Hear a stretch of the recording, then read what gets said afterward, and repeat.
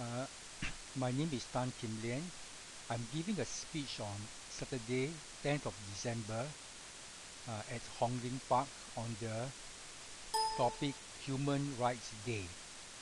I'm recording this video for those who are not able to attend the event in Hong Lim Park. 10th December is designated by the United Nations as Human Rights Day. In 1948, the UN General Assembly passed the Declaration on Human Rights. I was born in 1948. That was 68 years ago. I am as old as the Declaration. The Declaration contained a preamble and 40 articles.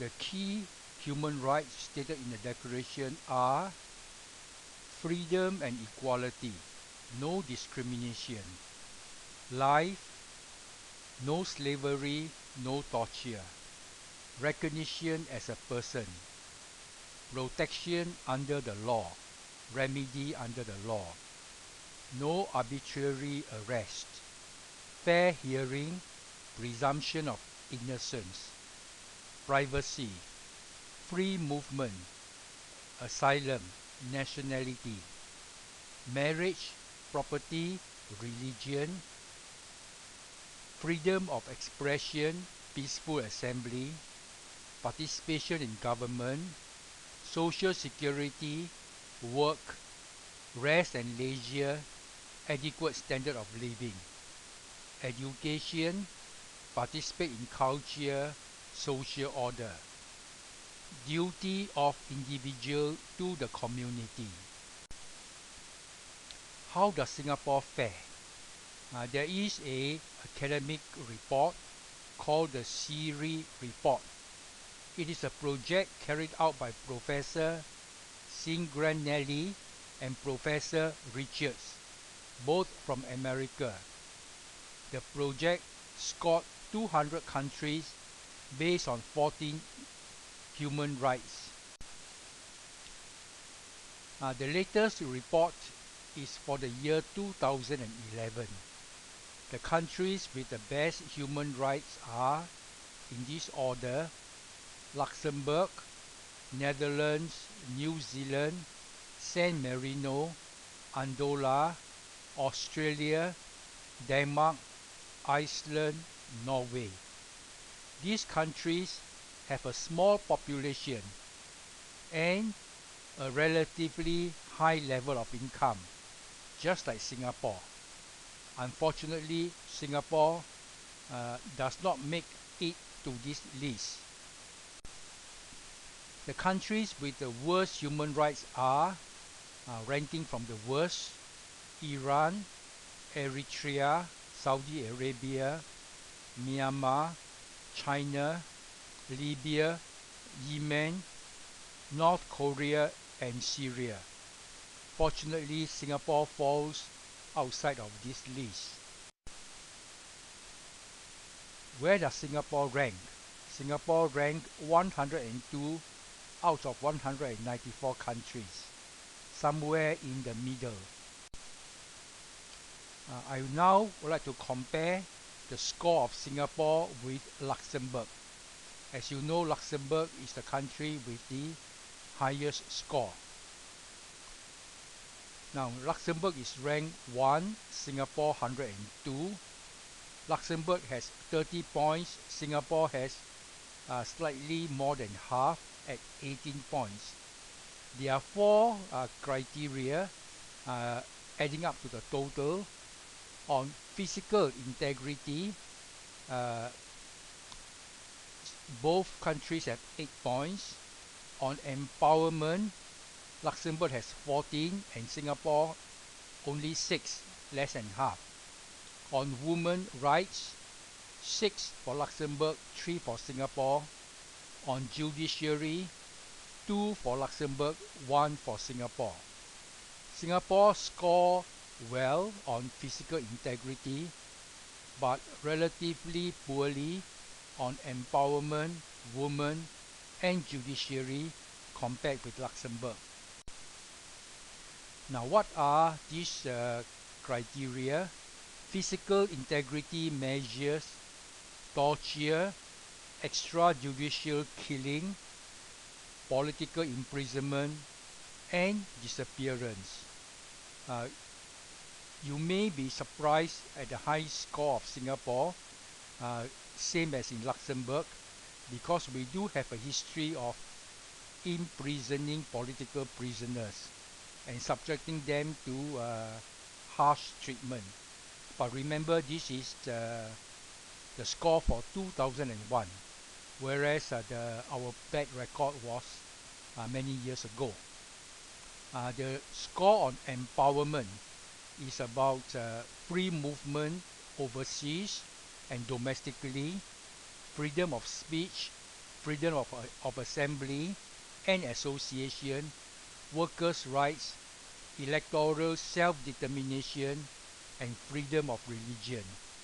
It seems that we score quite poorly here due to restriction on freedom of speech and assembly, and also our election system. On women's rights, is about economic and political rights. According to the CIRI report, it seems our women are not treated well in these rights. And on judiciary, it is about the independence of the judiciary. Now, how does Singapore fare over the years? The CIRI report covers the period all the way from 1981 to 2011. That is a period of 30 years. Our rank in 1981 was 55. It worsened, deteriorated to 130 in 2006 and improved somewhat to 102 in 2011. So our record has been generally on a worsening trend. That is on human rights. If we look at the actual score, our score was 17 in 1981 and actually 18 in 2011. So our score is relatively has not changed much over the years. What this means is other countries have improved their human rights while we remain somewhat stagnant. Now, how can we improve our ranking? Clearly, we have to relax the restriction on speech, assembly and association, improve the electoral self-determination, improve women's rights and independence of the judiciary. We also have to abolish the Internal Security Act and the law on capital punishment, although this did not appear to affect our score on physical integrity. Now I'd like to share my personal perspective, somewhat giving a different emphasis from the CIRI report. To be objective, our ranking is not bad. We do have a safe environment and most people have the chance to work and make a decent living. It is not good either. I want to talk about equality and respect. Human rights are about equality and respect for the individual. They are not about separating people between the elites and the ordinary people. One infamous member of parliament had referred to the ordinary people as lesser mortals. This is a deplorable statement. The attitude of the elite is reflected in many aspects of our society. We see it in the arrogant attitude of some ministers. They ignore the views of the ordinary people. The public servants follow the example. We have to allow more channels of reliable information. Our mainstream media has to report the truth and not distort the news to paint the people in power in a positive light. The recent changes to the constitution on the elected president and the reserving of the election for a candidate from a particular minority group are unsatisfactory. If the people in power wants to choose a candidate that they like, they should just appoint the president. Why go through the trouble and expense to conduct a free election which might be just a walkover? Here are my conclusions. The ranking in the CIRI report places us in the middle among 200 nations. It is sad. We can do much better. We need wise leaders. Thank you.